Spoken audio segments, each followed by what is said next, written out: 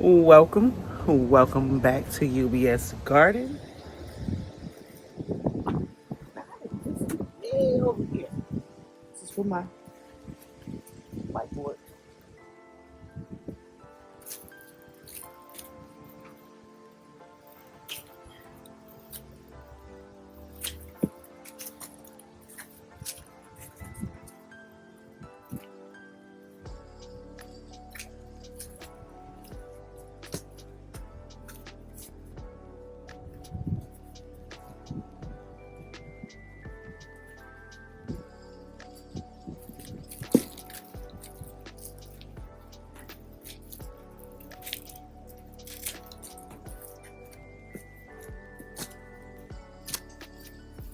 Probably two nasturtium too.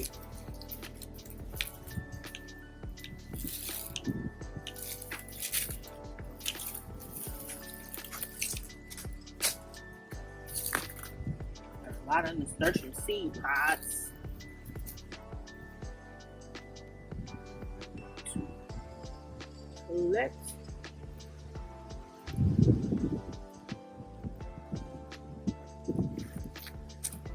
These are nasturtium seed pods. I'm going to try to collect as many as I can.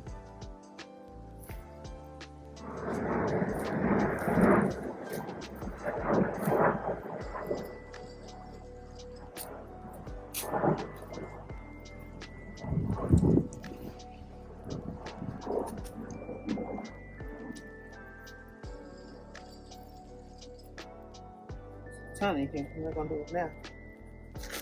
Oh, you big baby.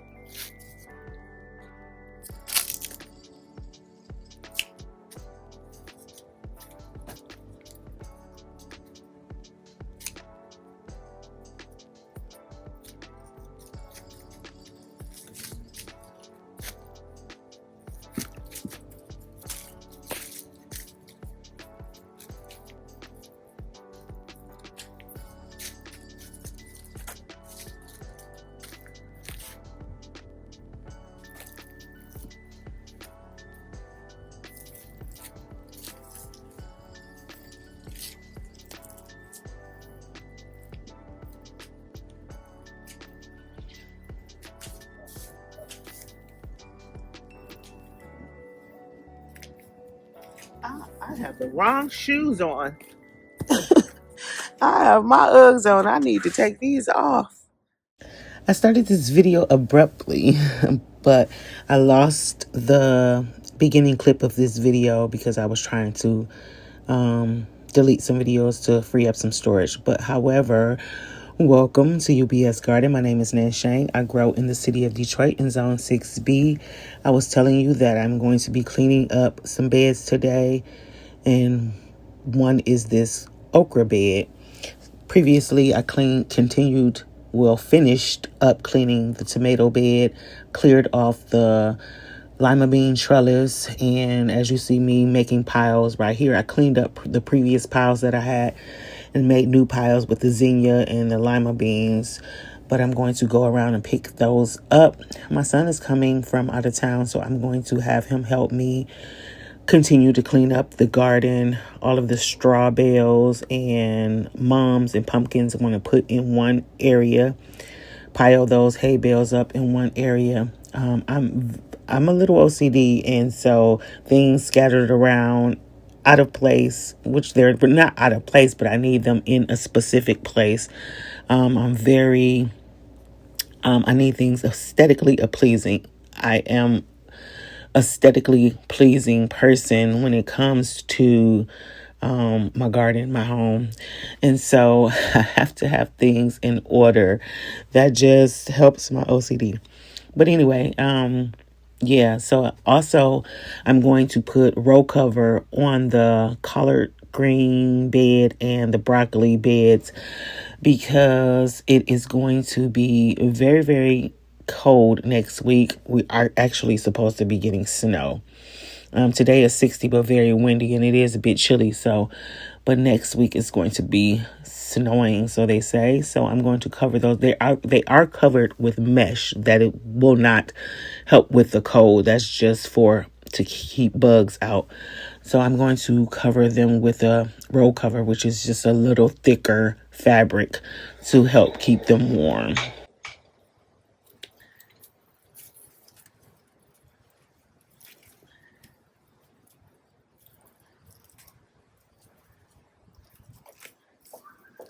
Whew.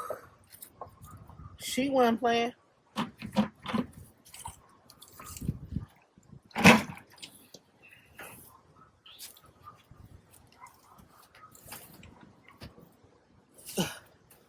This okra is called Motherland okra. Oh my goodness, look how thick this is. And, it is very deeply rooted, so I had to use my Felco um, shears to just chop away at the roots. I'm leaving the roots in there to compost in place. We will be putting much more compost and soil in this bed when I change the bed out to a metal raised bed. So I'm not worried about those roots composting in place. But look how thick this thing is. And I am an Amazon affiliate. I did get these off of Amazon, so I will link them if you're interested in these Felco um, shears. Wonderful, works wonderful. I need to clean them and oil them, which I will do at the end of the season. But yes, love these. I have these. They come in like different sizes. They have different numbers on them. This is number 5. I do have like snippers that I use to harvest different plants. But yeah, woo, that was a task. It's starting to rain, and so I did get that okra chopped down. So that's about all that I'm gonna do today because it's starting to rain. I want to show you some of the things that I'm gonna have to do. This hay, well, not hay, straw. I'm gonna stack the straw up, and then you can see the pumpkins and the mums. I'm gonna collect those and put them in one area. Then I have some over there that I'm gonna collect and put in one area. As you can see while I'm walking back here, I have some around the fire pit area that I'm gonna stack up. Clean this table off. I did make this table. This is my what I call it, hardening off table. I made that. I have a short video of me making this. Maybe I'll link that down below. It is in my shorts video here on YouTube. And I also have started putting things away. Our farm stand I pulled over here up under our water catchment because this is a covered area. So I'm stacking the things up. Typically, I would take those things and put them in the garage, but I'm not doing that this year. They're going to stay right here. I'm going to cover the stuff on the left. I'm going to cover with a tarp. Everything else will be just fine. But we're going to go back here in the chicken area so that I can show you some of the winterization things that I'm going to do for the chickens. Over in that area is some corrugated plastic that came from the build of this high tunnel here. I'm going to use that corrugated plastic and wrap around on either side of this chicken run, and hopefully that will block out some of the wind and make them comfortable. I really just want to make them comfortable. This is my first winter as a chicken tender, and so I'm just going to make them comfortable. Their run is sand, but there is pine shavings in the coop, and they kick the pine shavings out into the run, which I don't mind. I guess that they like that, but they have room to dust bathe. They can move. They can kick the pine shavings out of the way and dust bathe. These plastic, what do you call these plastic pallets? I got because I'm going to make a over there is a compost bin. I'm going to make a compost bin just for my when I clean out the chicken run, one of these metal containers over here on this side, I have the pine shavings from the last time that I cleaned out the chicken run.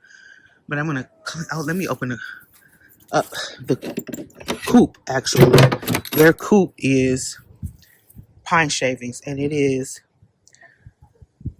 deep bedded, and they love that. That will definitely keep them warm inside the coop. But outside, like I said, I want to put that plastic corrugated metal. I was thinking about the metal is, the roof is metal. I was thinking about covering that with a tarp, but I'm not sure. I think this plastic, corrugated plastic, will be just fine. And underneath here is ventilation, so I'm not worried about ventilation once I put that corrugated plastic. But hey, chickens! Hey, chickens! Yeah, they're so happy in there. I love them. Yeah, their water and food should be fine because I just did that 2 days ago. Those 5-gallon buckets. My husband actually made the feeders and waterers. I ordered um, the the things on the side around the buckets. I don't know exactly what they're called. I'll link them down below. I got them from Amazon, so I'll link them down below. Ooh, you scared me, girl. But yeah, he made those for me, and I just have them hung on chains from the boards at the top of the ceiling. But yeah, so those are 5-gallon, and I don't have to change that. The food, probably every 4 to 5 days. The water, probably every 3 to 4 days. And in the summer, it was probably every 2, maybe 3 days.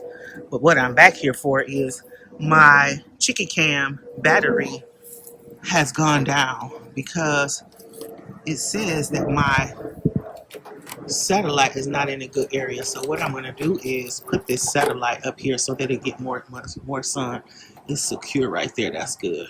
But I have to charge it up and let it get more sun. As you can see, the satellite for this is the satellite panel for solar panel. Why I'm saying solar panel for the automatic door, and it gets very much good sun. It has never died. I don't know why that trail cam. It's a trail cam. I also ordered that on Amazon. It's called a trail cam. It's really for hunting. Why am I zoomed in? But yeah, I just came back here to show you that stuff and to get my camera to charge it up. Yeah, I decided to sit down so that I could just talk about growing here in the city of Detroit. Here in the city of Detroit, we have a lot of vacant lots that we turn into green spaces, urban agriculture, urban gardening, urban farming, urban spaces here in the city of Detroit is very much a movement. It is pretty much a huge movement. It is part of our food sovereignty. Um, and so, like I said, we turn these vacant lots into green spaces. Over time, just like anything, things change. And so over time, the urban agriculture space has changed in the city of Detroit. So we have, those of us in urban agriculture have band together to get some ordinances changed here in the city of Detroit. And so we're able to turn these vacant lots into green spaces, urban gardens, urban farms. And so we are able to grow in these spaces. We're able to have livestock in these spaces, chickens and ducks. And so, yeah, we have really made a movement in the urban agriculture space.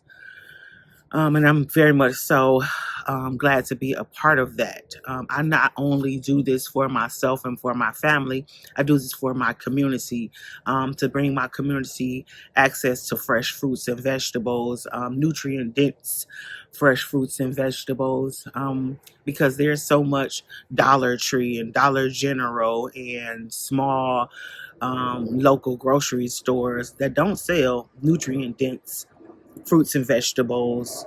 Um, and so we do this in this community to bring access to fresh fruits and vegetables and fresh eggs, um, to have our community come to these spaces to be able to have access to those things instead of having to travel outside of their community in other areas just to get those things, or be forced to go to Dollar Tree or Dollar General or local grocery stores and just get what they have, which is not the best for our community. And it's also, um, I like to grow culturally appropriate fruits and vegetables. That just means the things that the people in our community naturally grew up on, or that they um, like. And we have a lot of um, uh, Mexican community members, and so I grow things that the Mexican community also like to eat as well. And so, yeah, I'm just glad to be a part of the in this space or whatever. I just wanted to talk about that a little bit, because here in the city of Detroit, we are moving and shaking things in the urban agriculture space. Like I said, this is my business, and so I treat it as such. I do YouTube just to show you the things that I'm doing around here in the garden, just because it's fun for me, you know. It's not a teaching channel. I just show you the things that I'm doing. You might catch a nugget here and there or whatever, but I pretty much am just showing you what I'm doing around here. When I do things, I am a researcher. And so I research all of the time before I actually do most things. Some things I do a little trial and error, but because, like I mentioned earlier, because of my OCD, I can't just do things on the fly of my pants or whatever. I really have to research them and make sure that they're, and I do them in a way that is efficient for me or comfortable for me or whatever. I might watch, other gardening channels or whatever, but I really have to do things that make sense for me. And so I hope that you also take that as well. Like you might see me doing something or whatever, or I might talk about something, but do it in a way that is comfortable for you or that makes sense for you, even in your growing zone or whatever. Um, Things change in different growing zones, so you might have to adjust something that you see someone else doing. And so, yeah, that's what I do. I might see something, but I will adjust it to my growing zone. And I haven't done a lot of training. I've gone through, I don't know if I talked about this before, but I've gone through, it's called Urban Roots, through our Garden Resource Program here in the city of Detroit.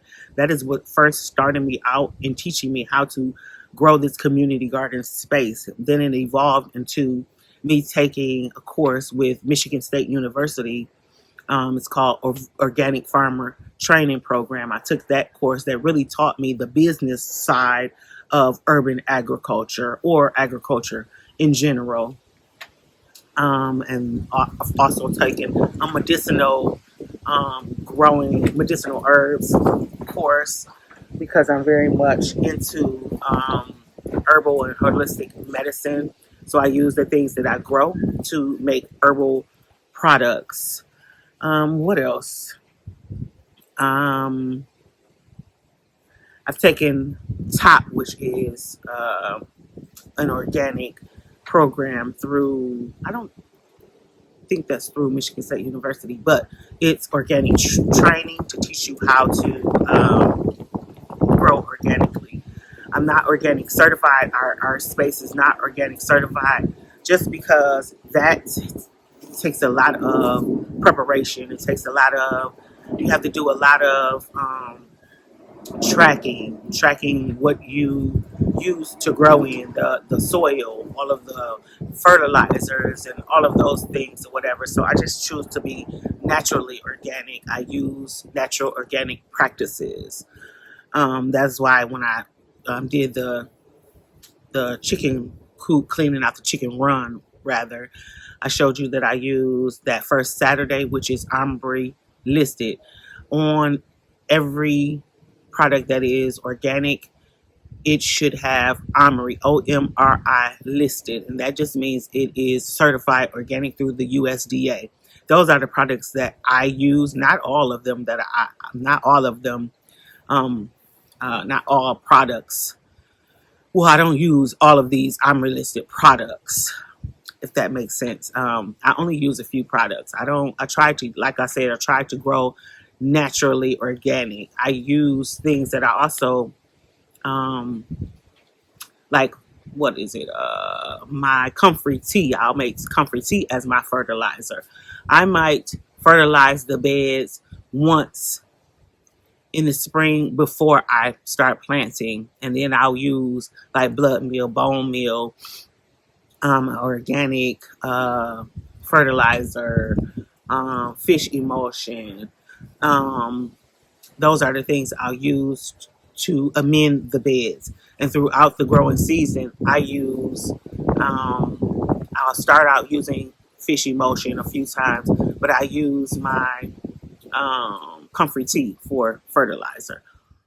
Oh, I was mentioning also in the beginning of the video that this urban garden is my business. It is a nonprofit and an LLC, and I record YouTube videos just because I like recording these videos, but this is my business, and I do this business full time. So I do YouTube just because I like to record videos,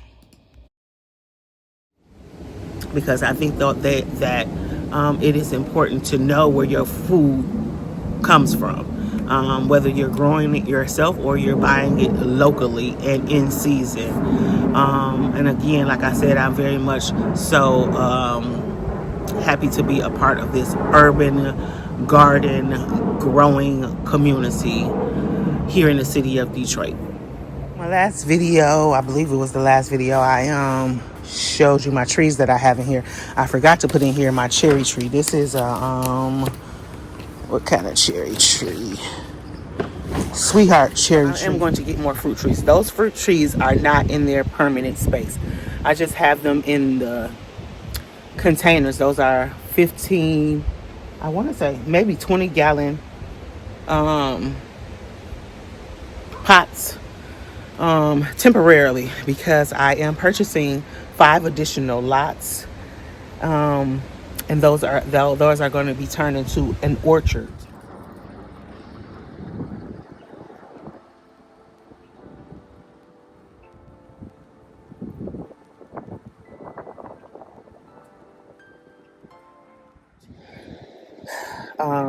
And I'm going to put as many fruit trees as I possibly can that can grow in our growing zone.